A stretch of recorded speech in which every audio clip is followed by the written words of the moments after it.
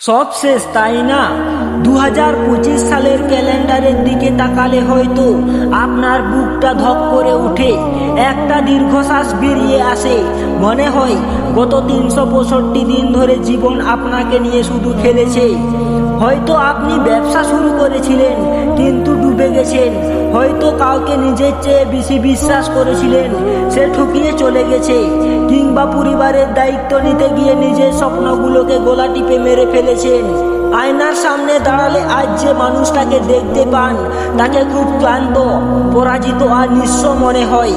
অপেশাদার মানুষগুলো হয়তো আপনাকে নিয়ে হাসাহাসি করছে। কেউ কেউ হয়তো মুখের উপর বলেও দিয়েছে, তোকে দিয়ে কিছুই হবে না। রাতে বালিশে মাথা রাখলে যখন ঘুম আসে না, তখন নিজেকে প্রশ্ন করেন, সবার সব হচ্ছে, শুধু আমার সাথেই কেন এমন হয়? ঈশ্বর কি আমাকে দেখেন না?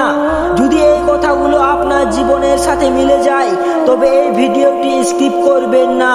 কারণ আজ আমি আপনাকে সান্ত্বনা দিতে আসিনি, আমি আপনাকে জাগাতে এসেছি। একটা সহজ সত্য বলি, শুনলে হয়তো অবাক হবেন। 2025 সাল আপনাকে ধ্বংস করার জন্য আসেনি, আপনাকে তৈরি করার জন্য এসেছিল। আপনি কি জানেন, একটা গগনচুম্বী অট্টালিকা বা বিল্ডিং তৈরির আগে কি করা হয়? সেখানকার মাটি খোঁড়া হয়, পুরনো জঞ্জাল পরিষ্কার করা হয়, অনেক গভীর গর্ত করা হয়।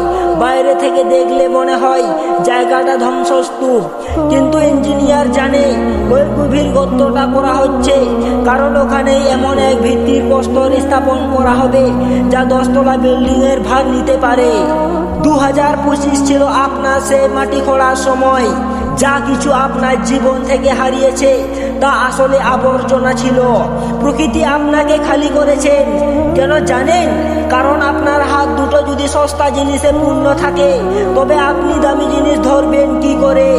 যাদের চলে যায় দেখে আপনি কেঁদেছেন, তারা আসলে আপনার আগামী সাফল্যের যোগ্য ছিল না। যে টাকা হারিয়েছেন তা হারিয়েছে আপনাকে টাকার সঠিক মূল্য এবং ম্যানেজমেন্ট শেখানোর জন্য। মনে রাখবেন, একটা তীরকে বহুদূর নিক্ষেপ করার জন্য ধনুকটাকে কানের কাছে টেনে পেছনের দিকে আনতে হয়। 2025 আপনাকে পিছনে টেনেছে, তার মানে এই নয় যে আপনি পিছিয়ে পড়েছেন। এর মানে হলো 2026 সালে আপনি এমন গতিতে ছুটবেন যা কেউ কল্পনাও করতে পারেনি। সুতরাং চোখের জল মোছার সময় শেষ। নিজেকে ডিকটিমিন বা অসহায় ভাবা আজকেই বন্ধ করুন। 2026 সাল আপনার দরজায় কড়া নাড়ছে, কিন্তু এই বছরটা তাদের জন্য নয় যারা ভাগ্যর দোহাই দেয়। এই বছরটা তাদের যারা জিদ ধরে বসে আছে। আজ নিজেকে একটা প্রশ্ন করুন, 2025-এ আপনি যা যা ভুল করেছেন সেগুলোর তালিকা কি আপনার কাছে আছে? যদি না থাকে, তবে আজই লিখুন। কে আপনাকে অপমান করেছে, কে আপনাকে ছেড়ে গেছে, কে আপনাকে অবজ্ঞা করেছে, তাদের কাউকে কিছু বলবেন না। কোনো তর্ক নয়, কোনো ঝগড়া নয়। আপনার প্রতিশোধ হবে আপনার নীরবতা এবং আপনার সফলতা। নিজেকে বলুন, 2025-এ আমি ছিলাম অপেশাদার, 2026-এ আমি হব প্রফেশনাল। 25-এ আমি আবেগ দিয়ে চলেছি, 26-এ আমি চলবো বুদ্ধি দিয়ে। আগামী 12 মাস নিজের দুনিয়া থেকে হারিয়ে যান। আড্ডা, ফালতু ঘোরাঘুরি, সোশ্যাল মিডিয়ার স্ক্রলিং সব বন্ধ। নিজেকে একটা ঘরের মধ্যে আটকে ফেলুন এবং নিজের দক্ষতার উপর কাজ করুন। এমনভাবে পরিশ্রম করুন যে 2026-এর শেষে যখন আপনি বের হবেন, তখন লোকে আপনাকে চিনতেই না পারে।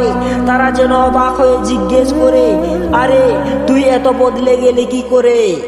2026 সালটা একটা সাধারণ বছর নয়, এটা আপনার কামব্যাক ইয়ার। প্রকৃতি আপনার জন্য দ্বিগুণ উপহার সাজিয়ে রেখেছে, কিন্তু সেটা পাওয়ার যোগ্যতা আপনাকে অর্জন করতে হবে।